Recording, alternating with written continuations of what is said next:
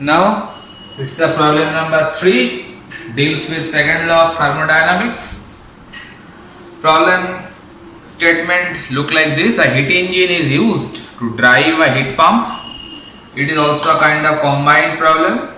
Heat pump and heat engine both are combined together to constitute a cycle.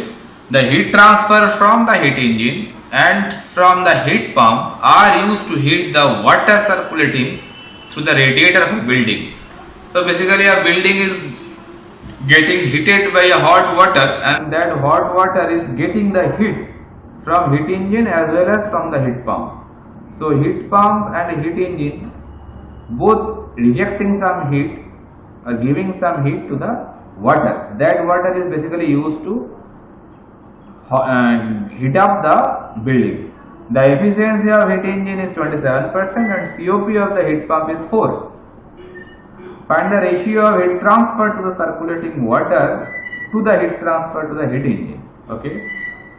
So if I simplify that statement by this block diagram, it is much more easy to understand. Suppose T1 is a source.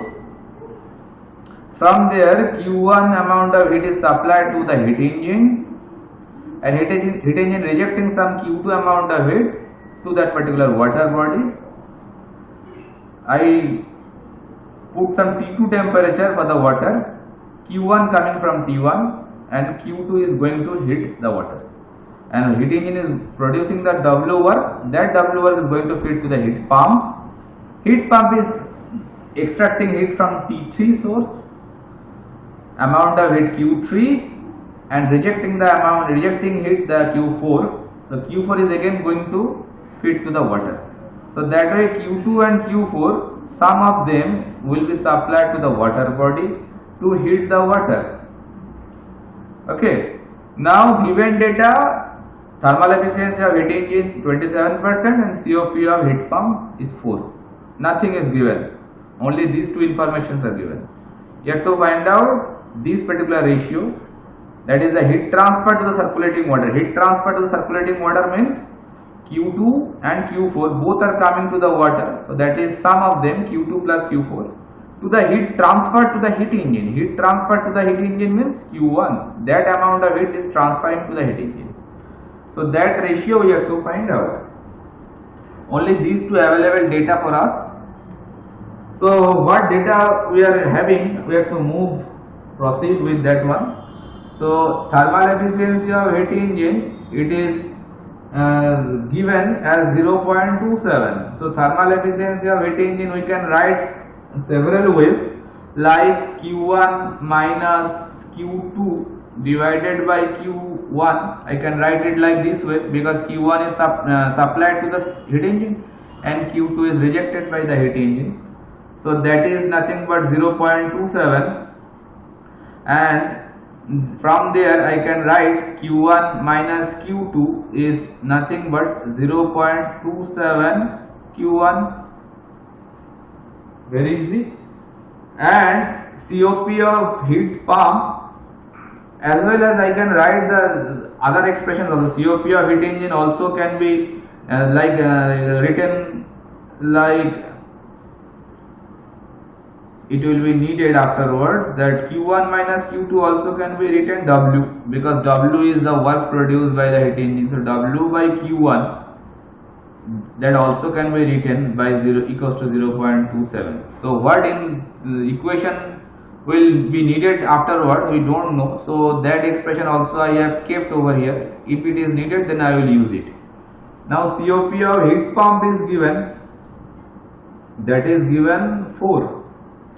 So COP of heat pump, we can write that amount of desired effect. So for the heat pump, the desired effect is the Q4, and the net work done, that is Q4 minus Q3, QH minus QL. So QH is Q4 and QL is Q3.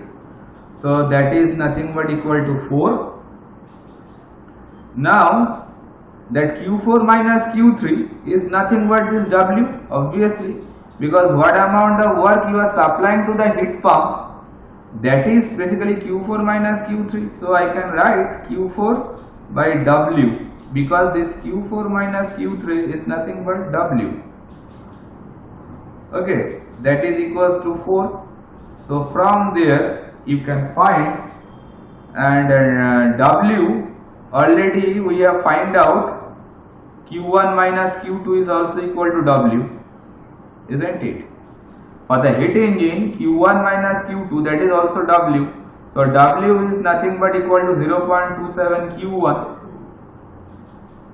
because from there you can see that W is equals to 0.27 Q1 and W is nothing but Q1 minus Q2. Okay, so from there I can write finally Q4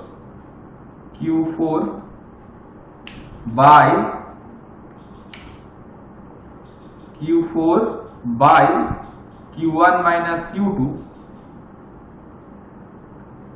equals to 4, and Q1 minus Q2 is equals to 0.27 Q1.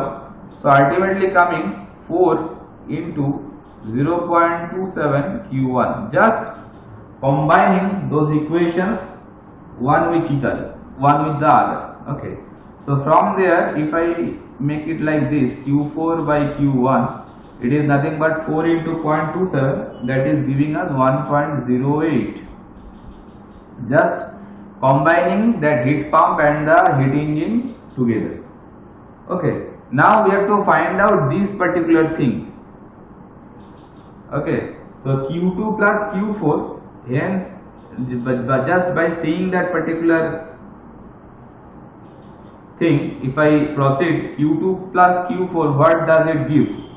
From here, from this particular equation, I can write Q2 is nothing but equal to Q1 minus 0.27 Q1, isn't it? If I use this particular equation, where I can see Q1 minus Q2 is equals to 0.27 Q1. So if I try to find out Q2 is equals to Q1 minus 0.27 Q1, that I have written over here, that is standing for Q2 actually. Okay, that whole expression is basically Q2. Now coming with Q4 is, I can write, or I can remove that one, I can write Q4 is equals to 1.08 Q1. Q4 equals to, from here. So just put this value over here, 1.08 Q1. Okay, all the terms now coming with Q1. So as a result of this, just addition subtraction, do it. It will come 1.81 Q1. So finally, hence Q2 plus Q4 divided by Q1, what does it give? 1.81 Q1 divided by Q1. Q1 will be cancelled. As a result, the ratio will be 1.81. That will be the answer for this particular problem. Basically, while you are seeing this particular finding, you can see that Q2, Q1, Q4, they all are different amount of heat.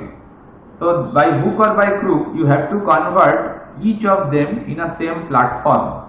That's why I have converted Q2, Q4, all these terms in terms of Q1. You can see that is our prime objective, because in the denominator part Q1 is there. If I convert the numerator in terms of Q1, so from both the sides Q1 will be cancelled. That was the prime objective to proceed this particular problem. Otherwise, Q2, Q4 and Q1, they all are different amount of heat, and we don't have the numerical data. That's why we have to convert Q2 and Q4 in terms of Q1. Okay, I think it is clear to you. Next, proceed to the next problem.